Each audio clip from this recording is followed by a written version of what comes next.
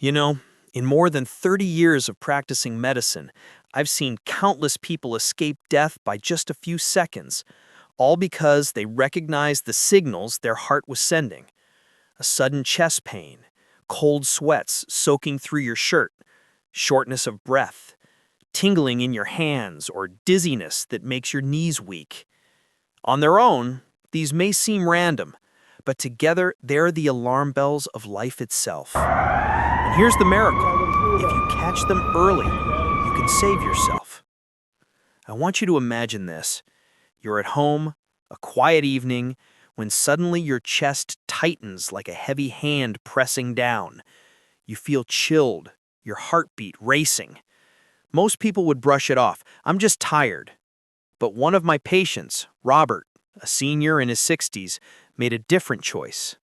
He remembered what I had once taught. He immediately called 911 and chewed the aspirin he always carried in his pocket. That quick, clear decision saved his life. Today, he still takes his granddaughter for a walk every evening. I share this because the heart never lies. When it calls for help, you must listen. Don't let denial steal the precious years you still have. Be prepared. Keep aspirin at home. Carry a list of your medications. And if you can, wear a medical ID bracelet so emergency responders know your condition instantly. I've seen too many cases where just a few minutes delay cost someone their future. Have you ever felt something like that?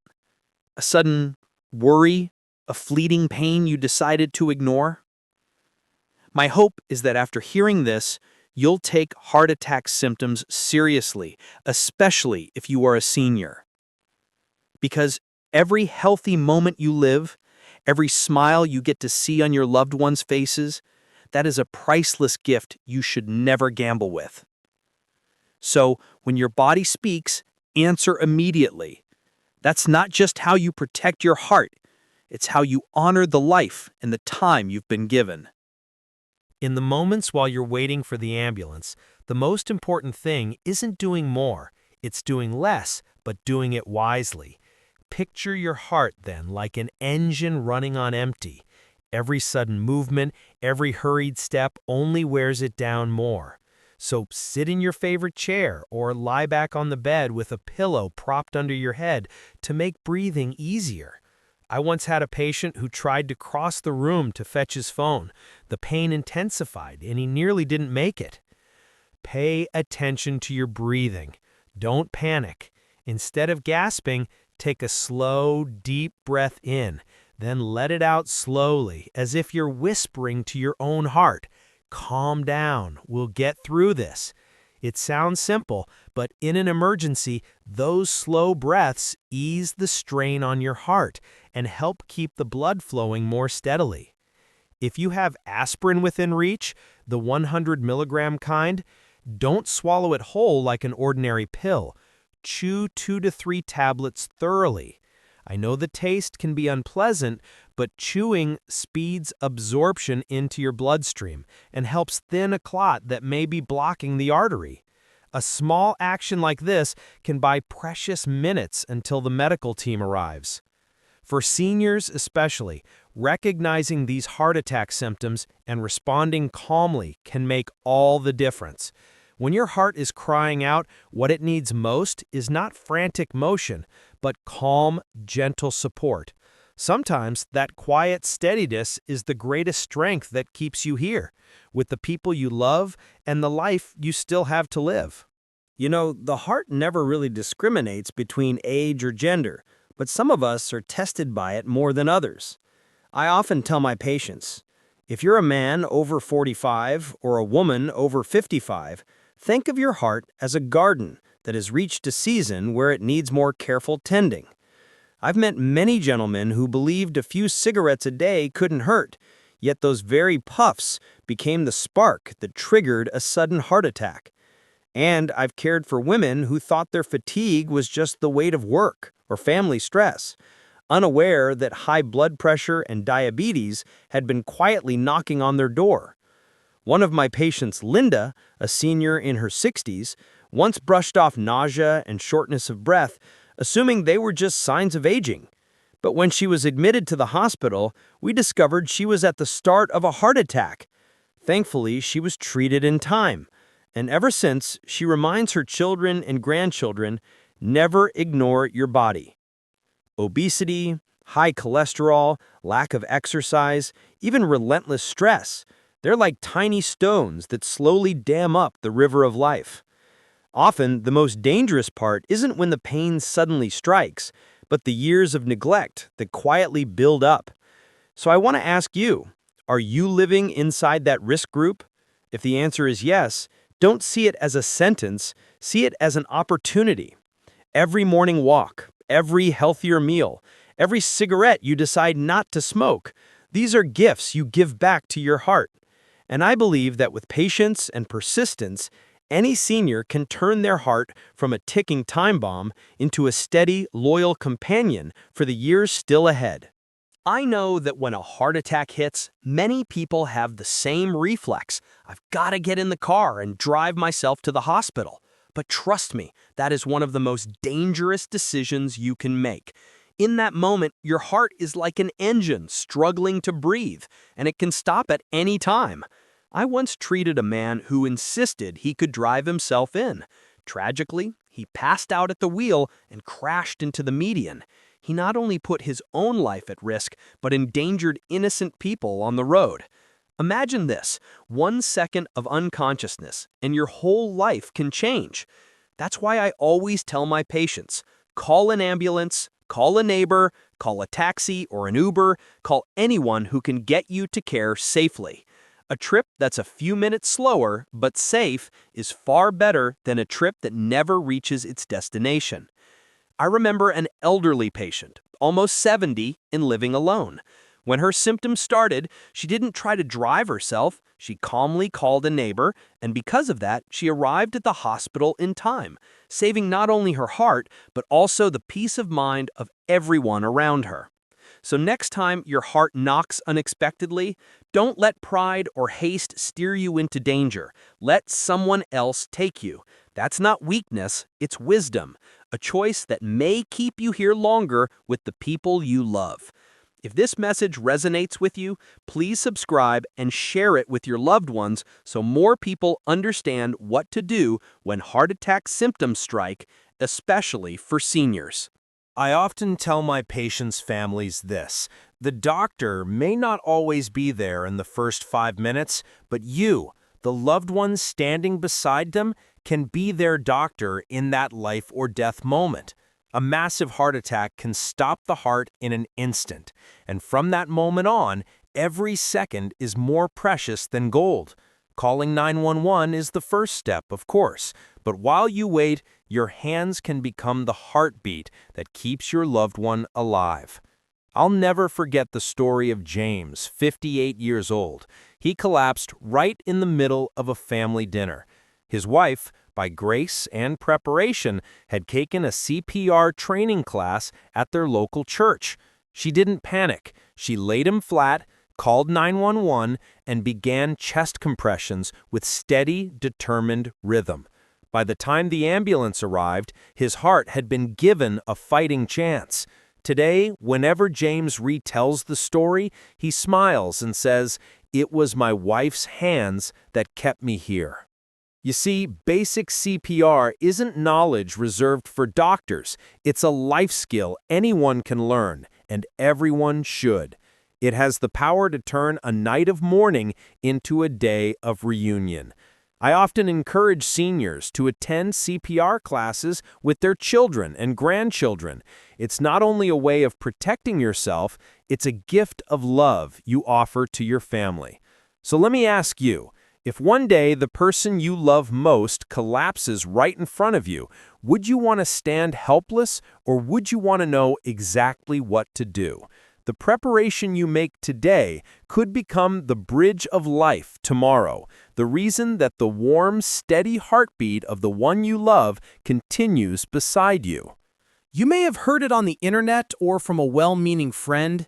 If you're having a heart attack, keep coughing hard. It'll act like CPR on yourself. It sounds plausible, but I'll be blunt with you. That's a dangerous myth. I've seen too many patients believe that advice, delay calling for help, and arrive at the hospital far too late. Put it simply, a heart attack happens when a coronary artery becomes blocked and blood can't reach the heart muscle. The problem is not the heart's rhythm in that moment, but the blocked flow. You can cough until your throat is raw, and it won't dissolve a clot for you. What you truly need then is timely medical intervention. Clot-busting drugs or a stent placed by a cardiologist, not a viral trick. One of my patients, Frank, told me he tried that cough-it-out method when his symptoms began. He kept coughing for several minutes, only calling 911 once he was exhausted. Because of that delay, his heart suffered more damage than it might have, and he now lives with chronic heart failure. He often tells me, "If only I'd known that was a rumor." I'm not sharing this to scare you, but to sharpen your judgment.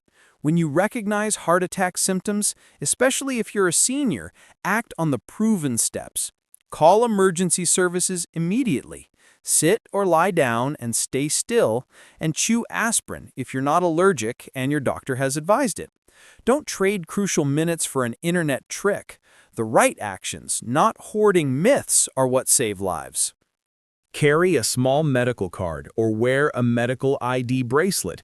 It sounds simple, but in an emergency, it can be the only bridge between you and timely, appropriate care. I once met a patient whose story still haunts me. He collapsed on the golf course, and the medics lost precious time trying to piece together his medical history because he had no information on him. If he'd been wearing a card that read, "Diabetes," on a beta blocker, and listed his allergies, the crew could have treated him correctly and much faster, and maybe the outcome would have been different. Think of a medical card as a short letter to the people who come to help. Your name, key medical conditions, current medications, and anything you're allergic to, especially drugs and foods. If you prefer not to carry a physical card, there are modern options, phone apps that store emergency information accessible even from a locked screen, or a medical ID service that links a QR code on a bracelet to your records so rescuers can scan and see everything instantly. Most importantly, keep this information up to date whenever your doctor changes a prescription or you discover a new allergy. And make sure family members know where to find your card or how to unlock your phone in an emergency. One small card, a few clear lines, that's a gift you give to yourself and to the people who will rush to save you in the critical moments that follow. I often tell my patients, a regular checkup isn't about finding disease. It's about protecting your peace of mind. Too many people only visit the doctor when the warning signs are loud and undeniable: chest pain, shortness of breath, or relentless fatigue. But by then, the heart is already crying out in distress. If we listened earlier, things could be so different. Blood pressure, cholesterol, blood sugar. 3 numbers that may seem dry and clinical, yet they form the map to your heart's future.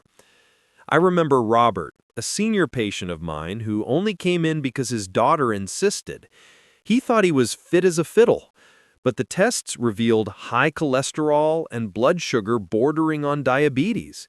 Thankfully, because we caught it early, he changed his diet, began walking 30 minutes every morning, and within a year, his numbers were back to normal. Robert often tells me, "That routine checkup saved me from a heart attack I didn't even know was waiting for me." Checkups aren't an inconvenience, they're a way of taking charge of your destiny.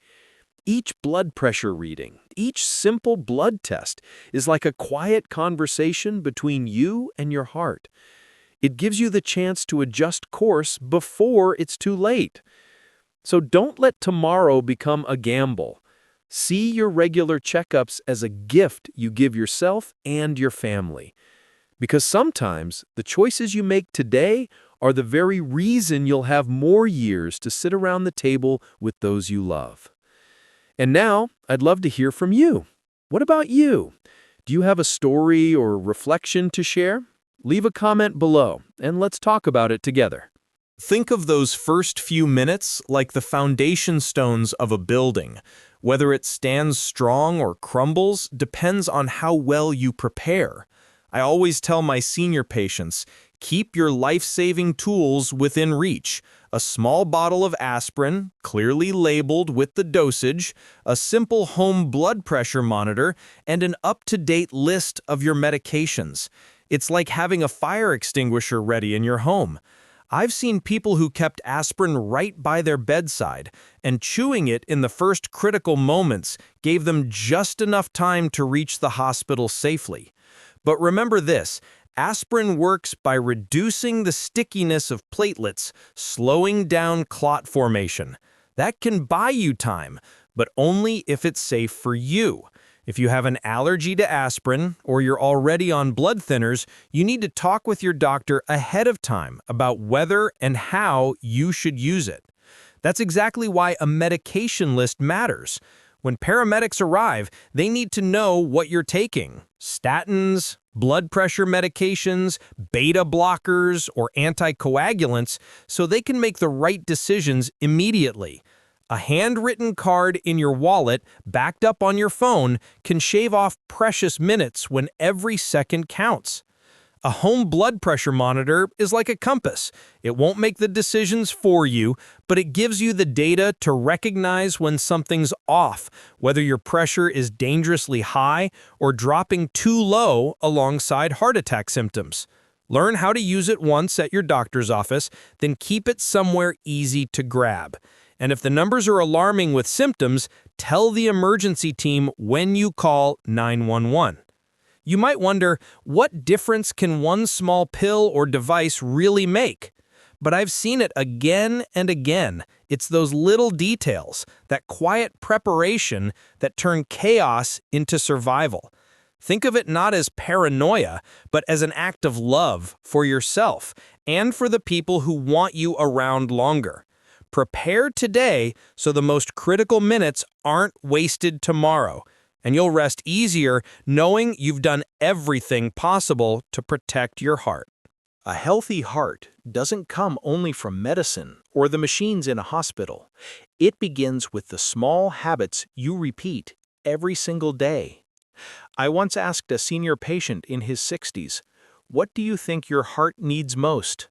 He thought for a moment and then answered, "Kindness. Kindness to myself." And I believe he was absolutely right. That kindness shows up when you choose a breakfast rich in vegetables instead of something fried, when you go for a walk with your spouse instead of sitting for hours in front of a screen, or when you let go of worries long enough to enjoy a full night's sleep.